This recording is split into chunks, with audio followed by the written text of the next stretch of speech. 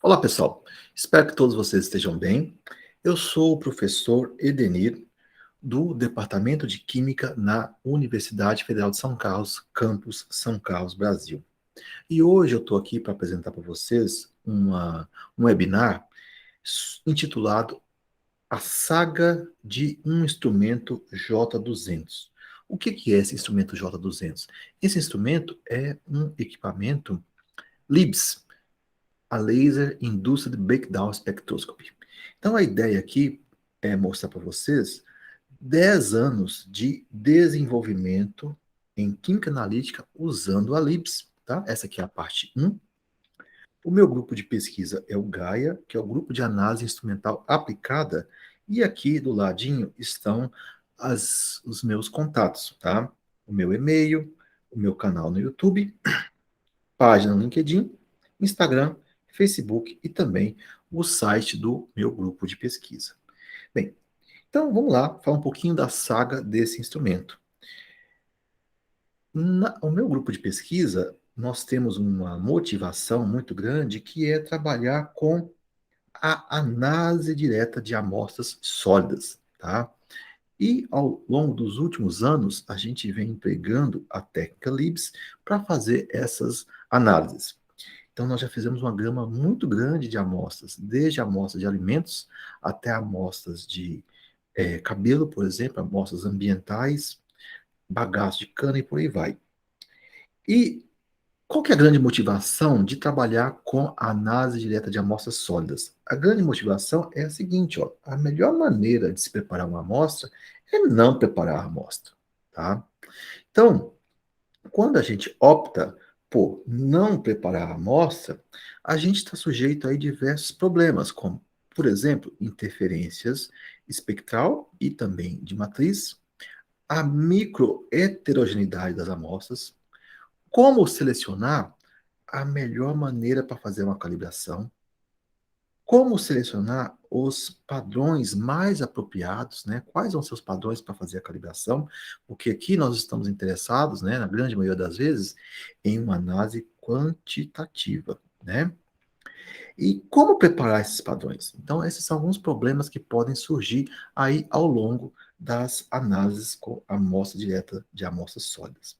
Bem, ao longo então desses anos, a gente vem, né, criando, propondo alternativas para minimizar essas limitações. E muitas dessas alternativas empregam uma ferramenta, né, uma ciência que se chama quimiometria, que é uma ciência que tem como função, né, utilizar métodos matemáticos, estatísticos em química, com o objetivo de otimizar as melhores condições de trabalho e também é, aproveitar ao máximo as informações que uma técnica analítica instrumental pode oferecer. A LIBS, por exemplo, a Laser Induced Breakdown Spectroscopy, nós temos aí a possibilidade de obter, por exemplo, mais de 10 mil comprimentos de onda, né? Mais de 10 mil sinais em diferentes comprimentos de onda. Bem, então, na LIBS, né, e na quimiometria, a gente precisa transformar dados em informação. Para isso, a gente pode usar otimização. Nós temos também oferecido diversas estratégias para normalização e padronização dos dados, proposição de calibração multivariada, né, modelos de calibração multivariada, modelos univariados, e também, ao longo dos anos, com apoio da literatura, a gente tem aí redescoberto antigas, né, estratégias de calibração, e também a gente tem proposto aí algumas novas estratégias de calibração.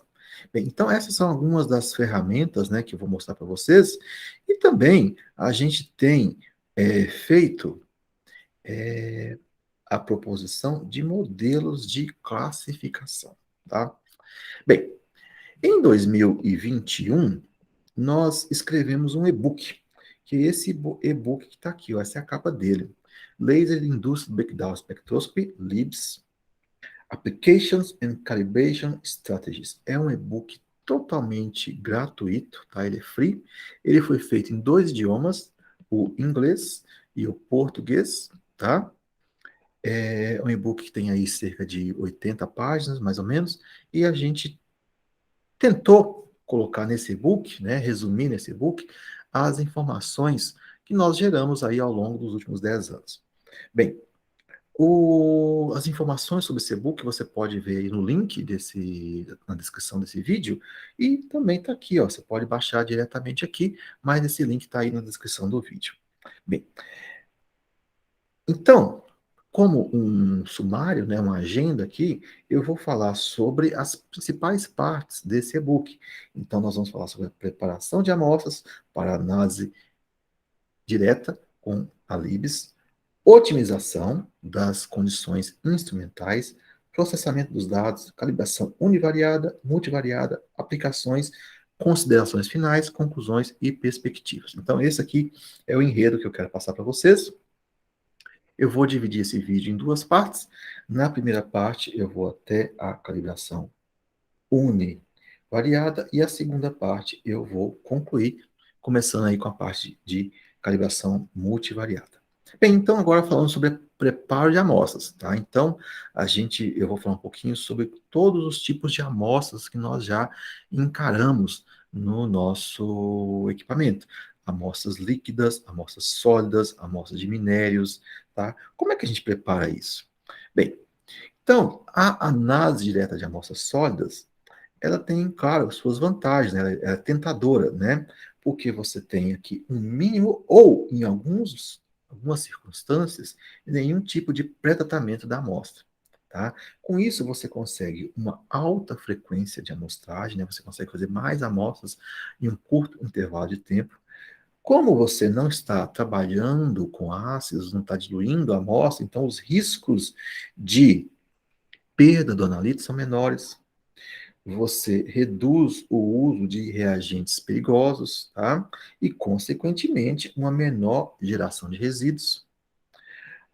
É requerido uma menor quantidade de amostras e também é possível você analisar, por exemplo, partes da amostra e verificar se determinada parte da amostra tem uma concentração diferente da outra parte. Isso é muito útil para minérios, por exemplo. Bem, então a LIBS ela vem a se juntar a uma gama de técnicas analíticas instrumentais, como por exemplo a fluorescência de raio-x, a laser ablation com CPOS, a laser ablation com CPMS, capazes, né, a ETV, Electrothermal Vaporization, né, a ETV com CPOS e com CPMS, e o High Resolution Continuous Source, né? Então a gente tem aí a possibilidade de colocar a LIBS também nesse rol de técnicas analíticas instrumentais capazes de fazer análise direta de amostras sólidas. Bem, então, começando aqui pelas amostras sólidas, né? Como é que a gente vai preparar essas amostras sólidas? Então, nós temos aqui diversos problemas. Primeiro, a gente precisa controlar de alguma maneira a heterogeneidade da amostra. A gente precisa conhecer esse tipo de problema, né? A gente pode lidar aí com amostras biológicas, ambientais, geológicas, alimentos e também resíduos eletrônicos. Em alguns momentos, a gente precisa moer essas amostras, né? Triturar essa amostra com algum tipo de moinho e também homogeneizar a amostra. Amostras homogêneas, né, como por exemplo vidros, ligas metálicas e polímeros, basicamente a gente precisa ou pastilhar ou simplesmente recortar a amostra e interrogar com o equipamento. Então, geralmente, quando a gente tem uma amostra na forma de pó, né, a gente precisa fazer uma prensagem dessa amostra para obter pastilhas, né, que depois vão ser interrogadas lá no equipamento LIBS. Em algumas situações, a gente precisa, né, às vezes a amostra em pó, ela não tem uma coesão, né, você vai prensar, ela não tem uma coesão satisfatória. Aí nós podemos usar um binder. Esse binder pode ser uma gama muito grande de substâncias, pode ser, por exemplo, álcool polivinílico, né, o PVA, tá? Pode ser o PVA, pode ser, por exemplo, sílica, né? A gente pode usar sílica para misturar com a amostra e tentar obter uma pastilha mais coesa, né? Então, a gente faz essa mistura e a gente depois faz a prensagem e interroga com o sistema LIBS. Bem, e no caso de amostras líquidas, como é que a gente pode fazer com as amostras líquidas, né? Líquidas ou suspensões. Então, existe aí uma grande variedade de alternativas para a gente encapsular essa amostra líquida, com o objetivo de transformar ela numa amostra sólida, homogênea. Então, a gente pode usar, por exemplo, um polímero, o álcool polivinílico, por exemplo, para poder imobilizar a amostra, nós podemos congelar a amostra, a gente pode fazer uma eletrodeposição da amostra, a gente eventualmente pode misturar a amostra líquida com sílica, por exemplo, ou depositar essa amostra líquida sobre um substrato de vidro ou um substrato metálico e fazer com que a amostra líquida seque e depois interrogar no LIBS. Então tem uma gama muito grande aí de possibilidades. Então aqui eu estou elencando algumas, né, como a precipitação, eletrodeposição, usar adsorventes. Podemos, eventualmente, introduzir a amostra líquida direto no equipamento, né? Tem alguns equipamentos que tem uma câmara de ablação que permite você focalizar o laser, né, diretamente num jet, né, num jato de amostra. Nós podemos encapsular com PVA ou parafina também e fazer o congelamento. Então, essas aqui são as possibilidades de se trabalhar com amostras líquidas. Bem, então agora vamos partir para a otimização. Então, o que que a gente precisa otimizar num equipamento, né, num instrumento LIBS? Então, nós precisamos fazer alguns ajustes, né?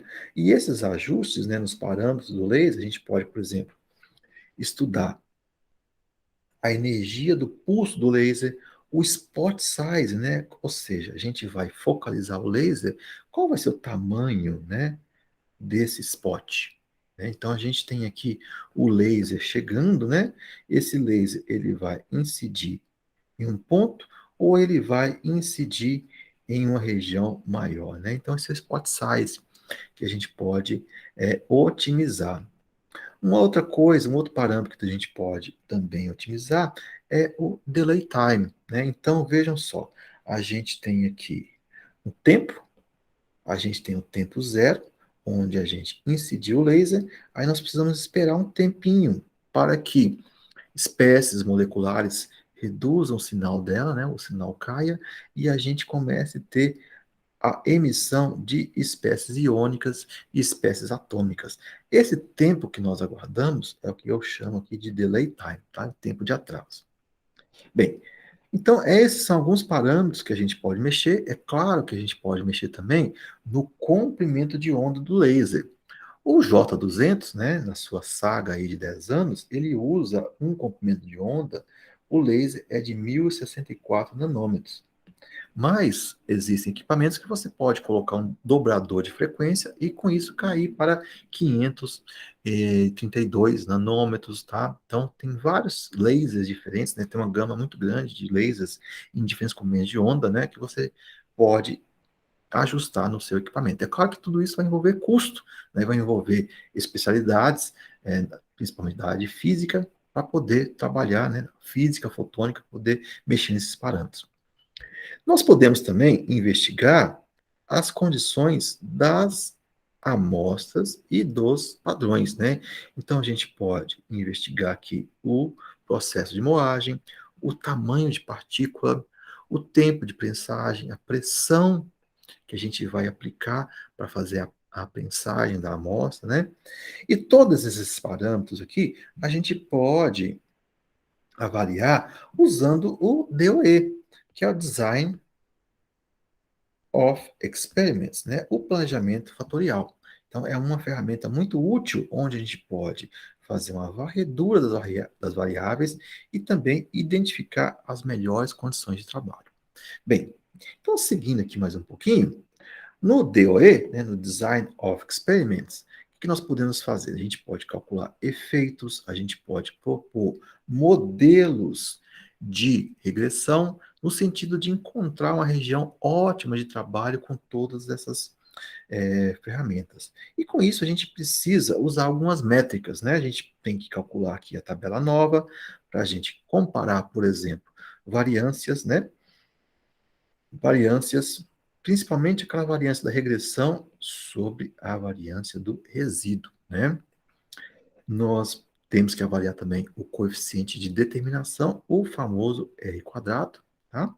E a gente pode chegar numa superfície de resposta e, usando a metodologia da superfície de resposta, encontrar o ponto ótimo de trabalho.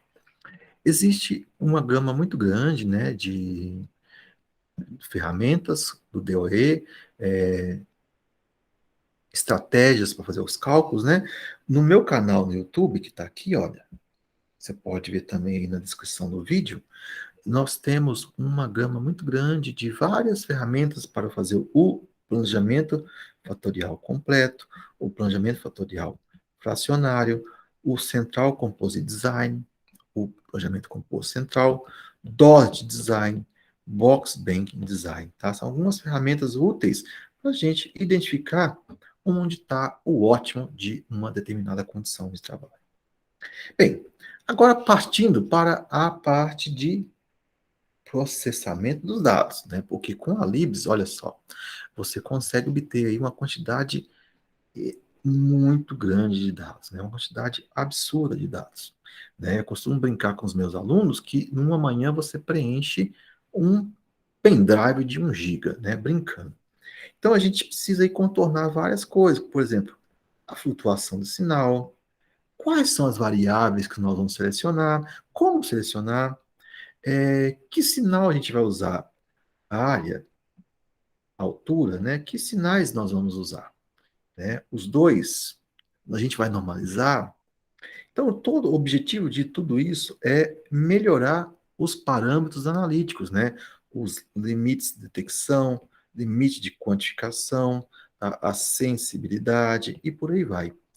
E com isso a gente pode, então, propor transformações matemáticas nos dados espectrais originais, no sentido de torná-los mais interessantes no sentido de refletir a realidade química que a gente está querendo tirar daqueles dados. Bem, então, uma das coisas que a gente veio trabalhando ao longo dos anos são as normalizações ou padronização dos dados, né? Você pode encontrar também isso na literatura. Então, o objetivo das normalizações é minimizar variações de sinal, minimizar problemas com a rugosidade da amostra, problemas com a microheterogeneidade. Veja que eu estou usando a palavra minimizar, eu não estou usando a palavra eliminar esses problemas, né? Eliminar esses problemas é praticamente impossível, mas a gente pode trabalhar com eles, tá? Ao longo dos anos, então, a gente tem aí obtido muitos espectros. Então, para cada amostra que a gente vai analisar, a gente tem dado aí vários pulsos de laser em diferentes regiões, né? Em diferentes regiões. Geralmente, eu peço que os alunos deem aí pelo menos uns 400 pulsos de laser. E com esses pulsos de laser, a gente pode aplicar algumas normalizações. A primeira delas, na verdade, não é bem uma normalização, é a média, né? Então, eu vou pegar todos esses dados e vou calcular a média. Eu posso pegar esses dados e normalizar pela norma, né? Então, eu vou pegar cada valor, eu vou somar aqui, ó, o quadrado dos valores, né? Vou somar todos eles, vou tirar a raiz quadrada, isso aqui é a norma. Essa norma, eu vou pegar os dados originais, vou dividir por essa norma e depois eu calculo a média. Então, eu tenho os dados normalizados. Com isso, eu consigo compensar problemas de microheterogeneidade, problemas com a rugosidade, com a superfície da amostra. Tem também a normalização pela área, né? Então, a gente pode fazer a normalização pela área. Eu posso fazer a normalização pelo máximo, né? Então, eu tenho aqui um sinal, olha, eu tenho um sinal analítico, aqui está o sinal. Então, eu vou calcular a área desse sinal, né? Matematicamente, eu vou somar todos os dados, calculo a área e normalizo os dados originais pela área. Ou eu posso pegar o sinal mais alto, aqui está o sinal mais alto, calcula a altura dele e divide todos os dados originais por esse sinal mais alto. Bem, no Libs também a gente consegue obter o sinal do carbono, né? No espectro eletromagnético, da região que a gente monitora, por exemplo, o J200, ele consegue monitorar comprimentos de onda de 186 nanômetros até 1042 nanômetros. Então, a ideia é que, por volta de 193 e 247, a gente tem duas linhas do carbono, duas linhas atômicas do carbono. E essas duas linhas atômicas, a gente pode normalizar os dados por ela. Então, a gente pode usar o carbono como se fosse um padrão interno, né? Internal Standard. Bem, então, essas são as duas normalizações. Nas primeiras 6 normalizações, a gente está sempre calculando a média. Nas outras 6 normalizações, a gente vai calcular a soma do sinal. Né? Então, a gente consegue, matematicamente, aumentar a sensibilidade dos dados, tá? Bem, a ideia das normalizações, eu gosto muito de mostrar essa brincadeirinha aqui, né, do seu Madruga. A ideia da normalização é tentar deixar os dados, transformar os dados numa coisa mais bruta, né? Transformar ele numa coisa mais suave, mais bonita, né? Então, a gente tenta sempre minimizar problemas com microheterogeneidade, rugosidade da amostra também. Então, seguindo mais um pouquinho, para fazer tudo isso, a gente tem desenvolvido aí ao longo dos anos várias rotinas computacionais. Algumas delas funcionam no MATLAB, funcionam no Octave, que é um programa livre. A gente fez também rotinas que funcionam no Excel, tá? E a função dessas rotinas é calcular as normalizações e identificar outliers, né? Identificar possíveis problemas, né? Então, geralmente a gente tem uma situação como essa aqui, ó. Nós calculamos diversos parâmetros, entre eles, por exemplo, é o desvio padrão dos dados. Se tiver um parâmetro que tem um desvio padrão zero, opa, tem alguma coisa com essa amostra, né? Esse espectro não foi registrado.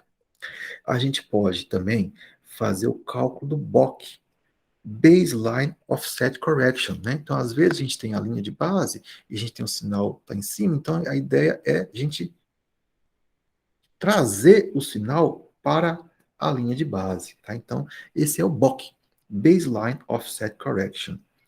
Depois a gente pode calcular aqui a área, a altura e a relação sinal background, né? A gente pode calcular a relação sinal background, tá? O SBR aqui, Signal Background Ratio, tá? Bem, então agora vamos começar com as estratégias univariadas que foram desenvolvidas aí ao longo desses 10 anos. Então, as estratégias univariadas que a gente pode usar, tem várias, né? A mais comum, a mais usada, é o Matrix Matching Calibration, o MMC. O que é o Matrix Matching Calibration? Todo mundo aí já deve ter feito uma curva de calibração com soluções aquosas. O Matrix Matching Calibration, a gente vai selecionar algumas amostras sólidas para fazer a curva de calibração, né? Então, a gente calcula como se fosse um padrão convencional. A gente pode usar também o padrão interno, a gente pode também fazer a adição de padrão, né? Então, nessa padronização, a gente pode usar amostras de referência ou certificadas, ou algumas amostras que a gente pode selecionar, né, para construir a curva. Geralmente, a gente não tem uma ampla faixa de concentração, né? Essa ampla faixa de concentração é difícil de a gente obter, né? Então, geralmente, a gente precisa fazer uma diluição da amostra. E essa diluição é geralmente feita com celulose microcristalina, né? Então, a gente faz essa diluição para que a gente possa obter, né, a famosa curva de calibração com diferentes concentrações aí ao longo do eixo X. Bem, uma estratégia que nós desenvolvemos aí ao longo dos anos foi a One Point and Multiline Calibration. Na verdade, esse aqui foi publicado por um grupo chinês, né? E nós aplicamos na Libs para a determinação de diversos elementos químicos, crômio, manganês, níquel, titânio, em ligas metálicas, né? Em aço, alumínio e chumbo em resíduos eletrônicos, né, Waste Electrical and Electronic Equipment, e também determinação de cálcio, potássio e magnésio em cacau. Bem, como é que funciona esse tipo de calibração? Então, nós temos aqui um padrão, deixa eu dar um zoom aqui nessa região, nós temos aqui um padrão, nós temos aqui a amostra, que nós queremos conhecer a concentração, o padrão a gente sabe a concentração dele, e a gente pega, então, e obtém sinais, né? Sinais analíticos, tanto na amostra quanto no padrão. Nós pegamos, então, os sinais analíticos do padrão, os sinais analíticos da amostra e construímos uma equação da reta, né? Num lado a gente coloca a amostra, do outro lado a gente coloca os sinais analíticos de diferentes linhas de emissão para o padrão, tá? E através dessa equação aqui, olha só, a concentração do analito que nós queremos saber vai ser igual à inclinação dessa reta aqui, vezes a concentração do analito no padrão, que nós sabemos, tá? Então, essa foi a proposta do OPMLC, tá? Bem, Single Sample Calibration. A Single Sample Calibration também é bem interessante, foi também proposto por um grupo de chineses, tá? Foi aplicado para a determinação de constituintes de ligas metálicas, determinação de alumínio e chumbo em resíduos eletrônicos e também na análise de cacau, tá? A ideia do Single Sample Calibration é nós vamos pegar diversas amostras, tá? E nós temos aqui sinais analíticos de elementos químicos que nós sabemos a concentração, né? Então a gente precisa ter algumas amostras cujas concentrações nós sabemos, e aqui está o analito que a gente não sabe a concentração, tá? A gente não sabe a concentração, tá? Então a ideia é a gente pegar tanto a amostra quanto o padrão e a concentração do analito, olha só, a concentração do analito na amostra vai ser igual a concentração do analito no padrão vezes o sinal do analito na amostra dividido pelo sinal do analito no padrão. Tudo isso dividido pela somatória da concentração de um elemento no padrão vezes o sinal daquele elemento na amostra dividido pelo sinal do elemento no padrão. Então a ideia aqui é o seguinte, ó, parece que ficou confuso, mas a ideia aqui é o seguinte: o meu analito é o cálcio, tá? O cálcio é o que eu quero saber a concentração. Só que eu tenho informações de outros elementos. Eu tenho informação do potássio, do sódio, eu tenho informações do manganês, do magnésio, do níquel, do cobre. Eu tenho informações de outros elementos químicos, né? Do padrão. Aí eu posso, sabendo essas concentrações e sabendo os sinais, eu posso, tanto do padrão quanto da amostra, né, eu posso, então, calcular a concentração do analito na amostra. Tá? Então, a ideia do Single Sample Calibration é essa. Multi-Energy Calibration. A Multi-Energy Calibration foi proposta originalmente para CPOS. Lá no e-book tem todas as referências, tá? Vocês podem baixar lá. Foi proposta aqui pelo professor George Donati, lá dos Estados Unidos. E a ideia do MEC é a seguinte, ó. Ele tem a possibilidade da gente identificar interferências espectrais. Foi inicialmente proposto para CPOS, na análise de amostras líquidas, e foi aplicado lá no LIBS em amostras de suplementos minerais, amostras de lixo eletrônico, resíduos eletrônicos e também amostras de minérios. Então, a ideia aqui é a seguinte: nós temos uma mistura amostra diluente, uma mistura amostra padrão, né? No eixo X, nós vamos colocar a intensidade do sinal do analito. Então, olha só, uma das coisas muito importantes no LIBS é que a gente consegue obter diferentes sinais analíticos para o mesmo elemento químico. Então, se eu estou interessado, por exemplo, no crômio, o crômio tem aí, olha, mais de 1.000 comprimentos de onda, né? É claro que a gente não consegue ver todos eles lá no Libs, mas pelo menos uns 5 a 10 comprimentos de onda a gente consegue ver. Então, a ideia é a gente monitorar esses comprimentos de onda do analito, tanto na mistura que contém amostra diluente, quanto na mistura que contém amostra e padrão. A gente coloca no eixo X a intensidade das linhas de emissão do analito na amostra e padrão, no eixo Y, amostra e diluente. E a gente constrói uma equação, né, um modelo linear, com os sinais dos dois compartimentos, né? E a concentração do analito na amostra vai ser igual à inclinação, né, o slope, a inclinação dessa equação, vezes a concentração do analito no padrão, que nós sabemos, né, por isso que ele é padrão, dividido por 1 menos o slope. Aí tem uma coisa interessante, se por acaso a gente tiver um comprimento de onda que deu um sinal aqui, ó. Então, provavelmente esse comprimento de onda possui algum interferente. Então, a gente pode retirar ele, né? A gente retira ele do cálculo, tá? E repete o cálculo sem esse comprimento de onda. Então, o MEC, né, é muito importante para a gente poder enxergar possíveis interferentes. Outra estratégia é o One Point Gravimetric Standard Addition.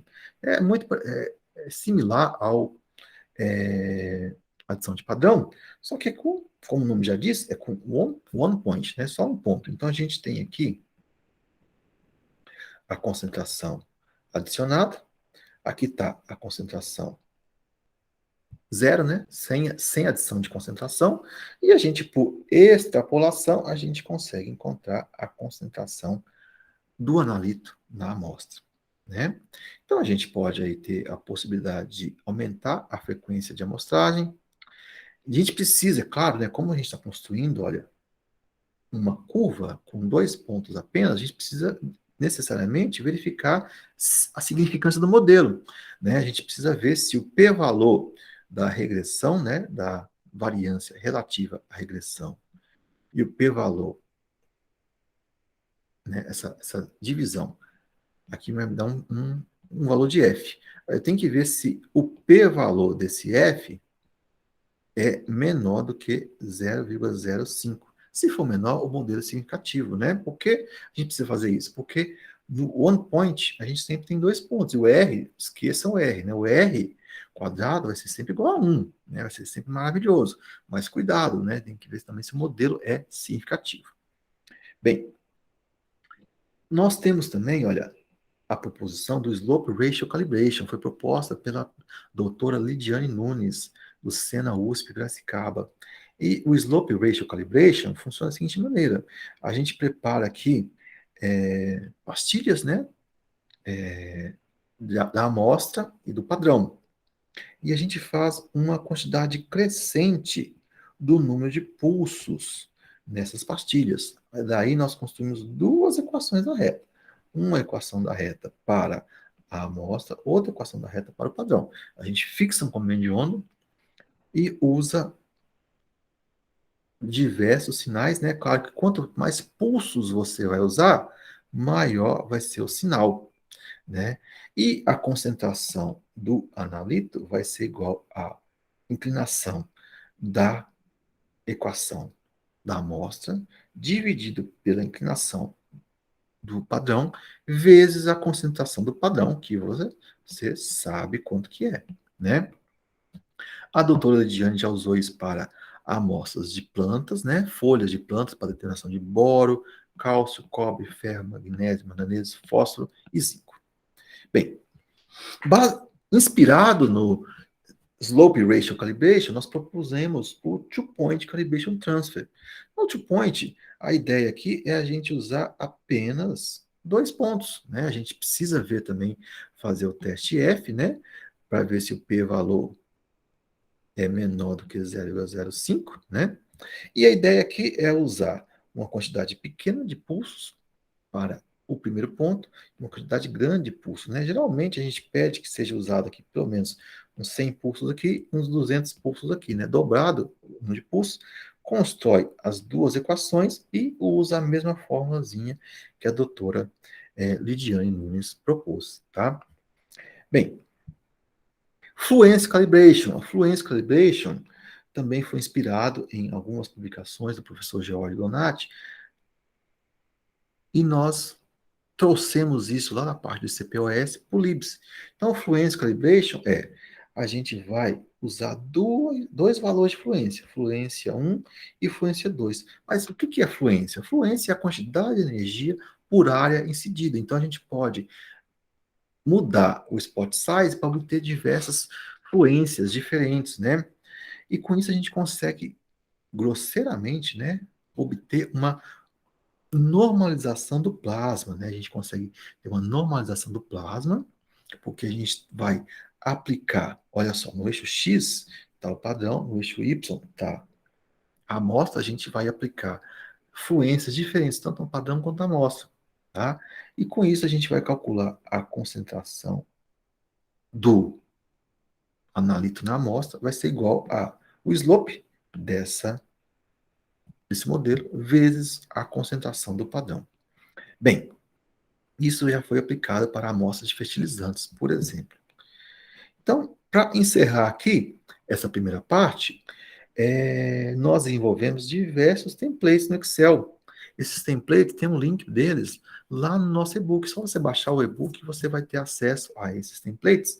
Então, nesses templates, a gente calcula diversas métricas, né? Por exemplo, o erro de calibração, o erro de validação. Então, como a gente tem em algumas aplicações um conjunto de calibração, a gente precisa saber qual que é o erro que está tendo, né? A gente tem aqui alguns scripts para calcular a área, a altura, o sinal, a razão sinal background, né? Nós fizemos aqui algumas rotinas, o libstreet e o libspar. O libstreet 2 e o libspar 2, o libstreet serve para calcular as normalizações. E o libspar para calcular área e altura de um determinado combinado de onda que você vai selecionar, tá? Bem, e com isso a gente então propôs aqui regressões lineares, dá para a gente fazer validação e também avaliar o erro dos modelos que a gente está propondo, tá? Eu vou parar então essa parte um por aqui e continue aí para a gente ver a parte 2 daqui a pouquinho, tá? Um abraço aí para vocês.